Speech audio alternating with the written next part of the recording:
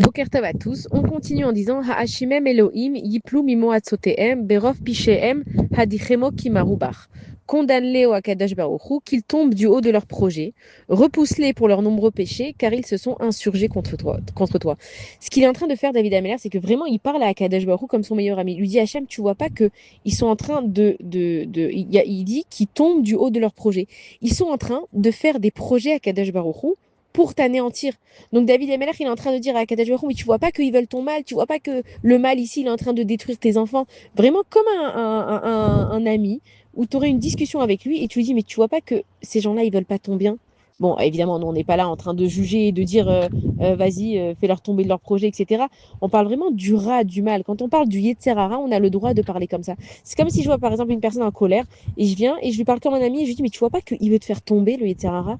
Tu vois pas que le Yetzer Hara, il a pour but de te faire divorcer. Tu vois pas que le Yetzer Hara, il a pour but que toi et ta fille, vous vous éloignez. Et ça, j'ai le droit de faire, et c'est ce qu'il dit David Ameller quand il parle à Kadesh Baruch Hu, il est en train de dénoncer tout le mal dans le monde. Il dit à Kadesh Baruch Hu, fais-les tomber du haut de leur projet. Tu vois pas que le projet du Yetzer Hara, depuis le début de la création, que Adam et Chava, ils ont mangé le fruit interdit, le Yetzer Hara, il a pris une force énorme parce que le Yetzer Hara, il est assis en fait dans le date, dans le savoir, et il est assis aussi sur l'imagination. Ça veut dire qu'on est toute la journée en train de s'imaginer plus de scénarios que la scène elle-même.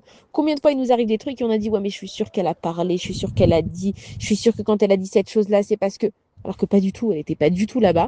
Mais c'est quoi? C'est le Yetzer Hara, dès qu'il voit une faille, il vient, il s'accroche là-bas, il s'agrippe aux dates, au savoir, on sait qu'il s'est passé quelque chose, et après nous, on va s'imaginer un milliard de trucs. Et donc David Ameller, il est en train de dénoncer à Kadesh Baruch Hu ce mal-là.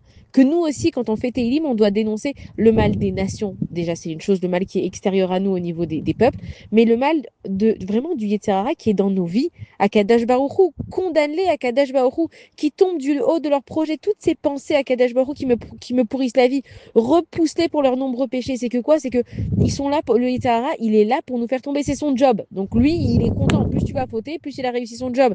Car ils se sont insurgés contre toi, ça veut dire que Akadash Baruchou, on peut se poser la question et dire, mais attends, alors Hachem, il a créé le mal, et après, on vient dire à Kadash Baruch Hu, c'est pas bien ce que tu as créé, c'est ce qu'il veut à Kadash Baruch Hu.